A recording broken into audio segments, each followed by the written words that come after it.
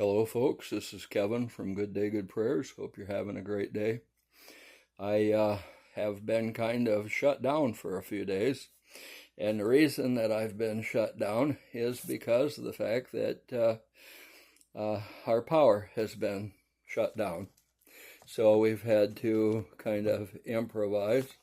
In this case, improvisation usually means not being able to do a show because you can't upload anything at that time. But the storms are over and the weather is back and we have sunshine again today. And so we're going to do another show. There are a number of people that don't always tend to agree with what I have to say. There's more people that agree with what I said in the past than what I am saying right now.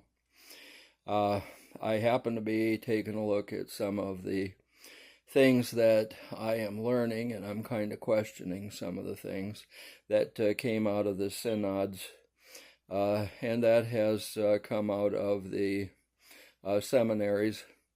I went to a seminary that was a Bible-believing, a God-fearing seminary. It was a very small one. I didn't go to one of the real big ones, like the Dallas Seminary or Moody or some of those. But I've always been just a little bit concerned about some of the things that have been said in some of the seminaries. And I've also been a little bit distracted by the idea that the people that come out of a lot of those seminaries have a tendency to not necessarily believe in Jesus Christ or to necessarily believe in the Father-Son relationship. I worry about that because the Bible tells us in the New Testament that if you deny the Father-Son relationship, you are an antichrist.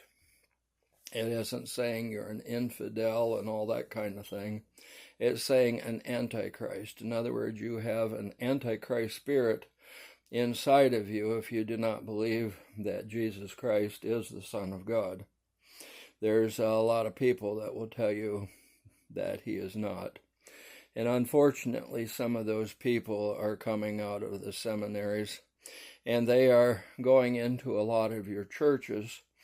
And what they're doing in those churches are not preaching what most people would believe should be the gospel.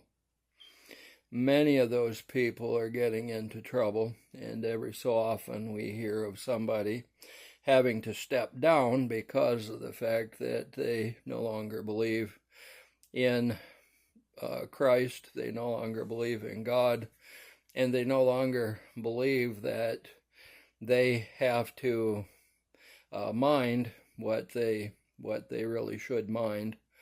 And so they go ahead and they either become extortioners. They might even get into a little bit of sex trafficking and other things, and really do things that their families probably would prefer that they hadn't done. Those kinds of things mark an individual, and those kinds of things will go with an individual for a long period of time. And it's really, really heartbreaking to see so many of the pastors that are falling by the wayside. I've had to question a lot of the things that have come out of the seminaries over the last 30, 40 years. Prior to that, well, when I was in the seminaries, it was the 1980s, the early 1980s. I had actually started in the 70s, but I had quit for a while and went back later on to finish up my degree.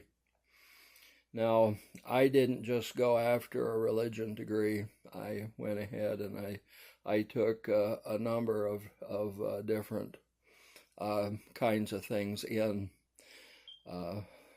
school. No, one thing I did, I took economics, I took business, and a number of things of that nature. When I got out of college, I became a financial planner. I became a manager. I worked in manufacturing for a number of years. And my master's degree that I took had to do with engineering management. And so I did a lot of things that really were not pastoral and that kind of thing. Even though many people over the years had called me pastor and many other things that I didn't feel I was deserving of, they called me a number of things anyway that really are locations and stations within the Christian church that I didn't feel that I should be considered. Now, I operated in the office of different positions in the church, but the fact of the matter is that I didn't consider myself to be any of those things. So when somebody would call me pastor, or somebody would call me teacher or prophet or whatever it was that they called me, I really didn't consider myself those things. But the fact of the matter is that people say things in a moment, and I think that a lot of times when they say those kinds of things, they don't really stop to think about what that does to the other person. I wasn't upset about those things. I was more kind of taken back, if you will, by those things. But the Lord has been good to me through the years, and I'm going to continue to possibly disagree with some of the things that have come out of the seminaries. But the fact of the matter is that you, as a listening member of the audience, have every right to have an opinion. And if your opinion and my opinion do not agree, it doesn't make you wrong. It doesn't make me right. I think that a lot of what I'm doing right now is experimenting with the ideas of what is what, and kind of hoping for the best. This is Kevin from Good Day, Good Prayers. I hope that you have a wonderful afternoon and evening. And I pray that the Lord will guide you, that He will bless you, that His face will always shine upon you. Please remember to give us a like, to subscribe, if you will. We have 2 channels. The DSR Chats channel has a lot of animals on it. We do rabbits and turkeys, and we do chickens and just all kinds of things over there. You'll see some deer.